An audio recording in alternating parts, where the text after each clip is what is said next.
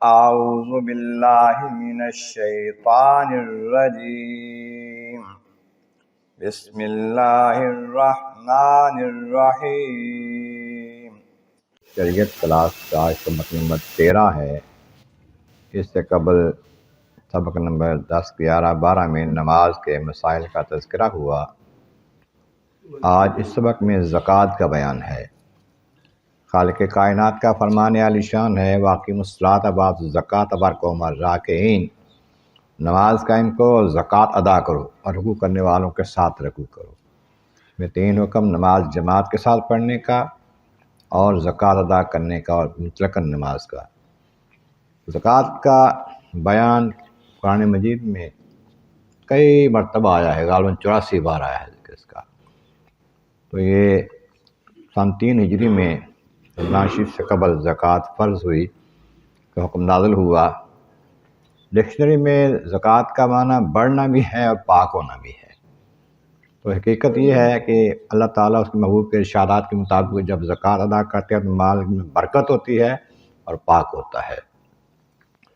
تو شرعی اعتبار سے اصطلاح کے طور پر زکوٰۃ اللہ تعالیٰ کے دیے ہوئے مال سے ایک مقررہ حصہ حقداروں کے حوالے کر دینا، یہ زکوٰۃ ہے جتنا مقرر کیا ہوا ہے۔ استعمال پاک ہوتا ہے اور بڑھتا ہے، برکت ہوتی ہے۔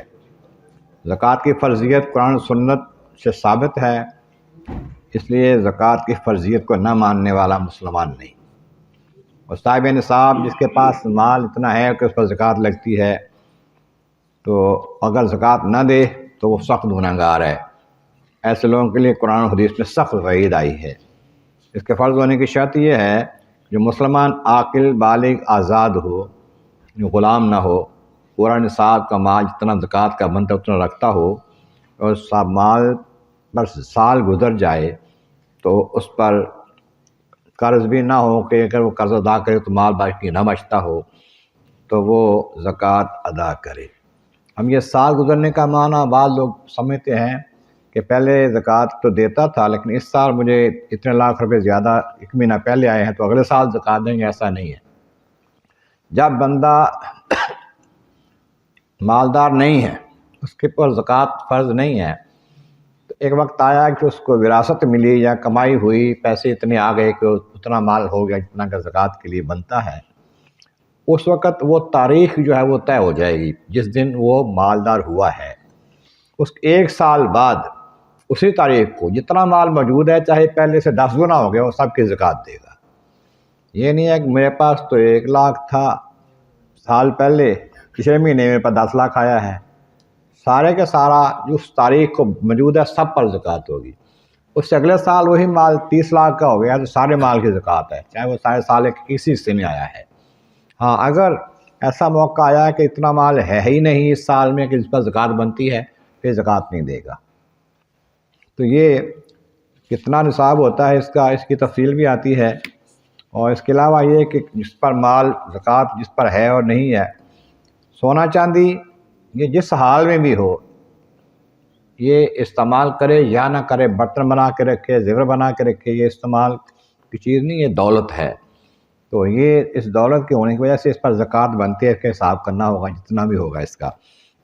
تجارت کا مال جو سودا بیچنے کے لیے خریدا ہے، چاہے وہ زمین ہے، پلاٹ ہے، مکان ہے، کاروبار میں دکان میں سامان ہے، کارخانے میں کوئی چیز بنانے کے سامان لے کے آئے ہیں، یہ جو کچھ مال ہے یہ سارے کا سارا تجارت کا مال ہے، بیچنا، چاہے وہ ریڈی پر بیچتا ہے، دکان پر بیچتا ہے، چاوڑی میں بیچتا ہے، وہ سب تجارت کا مال ہے، اس کی گنتی بھی ہوگی۔ نقد مال کسی بھی صورت میں ہے، کرنسی نوٹ ہیں، ڈالر ریال ہیں، بینک بیلنس ہے، سب کچھ وہ گنا جائے گا۔ اور اس کے ساتھ ساتھ کسی سے قرض لینا ہے، کسی کو دیا ہوا ہے، وہ بھی گنا جائے گا۔ کمیٹی ڈالی ہوئی ہے، پیسے گئے ہوئے ہیں، یہ کمیٹی ملی نہیں، وہ پیسے بھی گنے جائیں گے۔ تو یہ سارا کچھ گن کے جمع کیا جائے گا۔ اب جمع کرنے کے بعد اگر اس کی قیمت 7.5 تولے سونا یا 52.5 تولے 52 تولے چاندی، ان میں جس کی قیمت کم بنتی ہے اس کے مطابق ہو گئی تو سب پر زکوٰۃ ہوگی۔ اب چاندی کی نسبت جو ہے سونے کے ساتھ اس طرح ہے کہ چاندی کا ریٹ بہت کم ہے اس کے مقابلے میں، 52.5 तोले चांदी की कीमत जो है बहुत कम बनती है, 1 लाख के करीब बनती है सारी। अब इतने का माल अगर होगा उस पर ज़कात दी जाएगी। ज़कात 40वां हिस्सा माल का होती है और हर साल अदा करनी होती है। ज़रूरत की चीज़ें, रिहाइश का मकान है, इस तरह बर्तन हैं ज़रूरत के, सर्दियों गर्मियों के कपड़े हैं, बिस्तरे हैं, और सवारियां हैं ज़रूरत के मुताबिक, चाहे वो कीमती है चाहे वो सस्ती है, जो अपनी ज़रूरत के मुताबिक सवारियां हैं, इस पर ज़कात नहीं है। आलात, औज़ार, हथियार इस्तेमाल के, मशीनरी, कारखाना, इस पर ज़कात नहीं है। अलबत्ता जो माल मौजूद है, जो बेचना है तैयार करके, उस पर ज़कात है। जिस हालत में है उसकी कीमत लगाई जाएगी उसकी।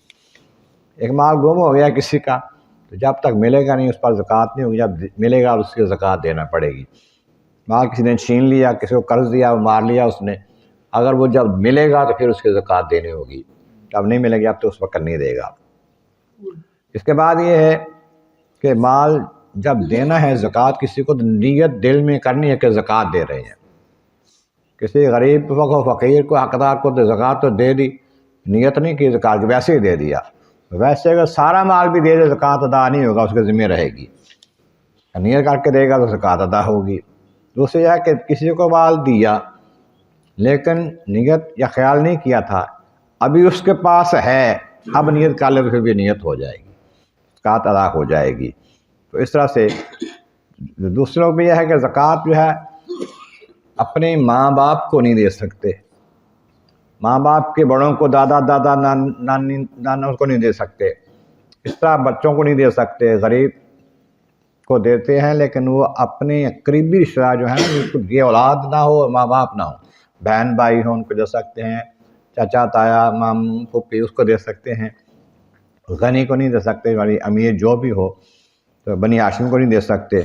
औरत अपने खामन को नहीं दे सकती, खामन अपनी बीवी को ज़कात नहीं दे सकता, क्योंकि ये आपस में इनके वैसे ही हक़ है एक दूसरे के माल में। तो माल का, ज़कात का माल जो है हक़दार को दे देना, उसकी मिल्कियत कर देना, ये ज़रूरी है। किसी को गरीब को बुला के खाना खिला दिया 1000 रुपये का, तो वो ज़कात अदा नहीं हुई, उसको दे दे, ले जाके खाए या बेचे, जो मर्ज़ी करे, क्या हो सकता है।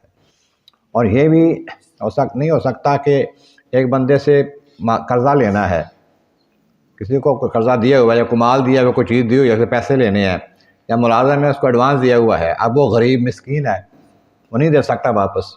अब नहीं दे सकता तो अपनी माल में से उसको माफ़ कर दे कि मैंने इसको माफ़ कर दिया 10,000 रुपया, तो ज़कात अदा नहीं होगी इससे, देने के वक़्त नीयत नहीं की थी। अब दोबारा उसको दे, फिर उससे अपना ले सकता है कर्ज़ा वापस, फिर अदा हो जाएगी, ऐसे नहीं होगी। तो ये जिन लोगों को देने हैं, तफ़सील इंशाअल्लाह अगले सबक में हमारे आएगी। तो वक़्त से पहले भी ज़कात दे सकते हैं, यानी कि अभी साल पूरा नहीं हुआ, दरमियान में ज़रूरतमंद आ जाता है तो चाहते देना चाहे, तो हदीस पाक में आता है कि हुज़ूर के चचा ने, हज़रत अब्बास ने पूछा, हुज़ूर साल से पहले ज़कात मत दे सकते हैं, वक़्त से पहले दे दें, हम साल पूरा कोई हिसाब लगा लें कितनी दे दिया है, बकाया देनी वो बाद में अदा कर दें। इस तरह ये माल की ज़कात 40वां हिस्सा है। और इसके साथ साथ ज़मीन में जो पैदावार होती है, फसलें होती हैं बेचने के लिए हम बीजते हैं, मुख्तलिफ़ किस्म की फसलें, उनकी पैदावार का आम तौर पर 10वां हिस्सा होता है, इसे उशर कहते हैं, कभी 20वां हिस्सा भी होता है, लेकिन आजकल 10वां कम बनता है। 10वां हिस्सा उस ज़मीन की पैदावार में है जिसको कीमतन पानी ना देना पड़े, बारिश होती है उससे पानी मिल जाता है उसको, या वैसे ही ज़मीन जो है वो नरम है और उसमें नमी मौजूद है, खुद ब खुद पानी फसल होती रहती है वहाँ पर, उसमें ज़कात 10वां हिस्सा है एक उशर जो है। और अगर कीमत खर्च करके, यानी कि ट्यूबवेल लगाया है, बिजली खर्च होती है, नहर से पानी लेते हैं, उसके पैसे देने पड़ते हैं, कोई और मशीन लगाई है उससे पानी लेना है तो खर्चा होता है, उस पर आधा उशर यानी कि 20वां हिस्सा माल का, जो भी पैदावार होगी उसकी, सब्जियां हो गई, अनाज होगा, फसल हो गई, चावल होंगे, जो भी होगा, उसका 10वां हिस्सा है।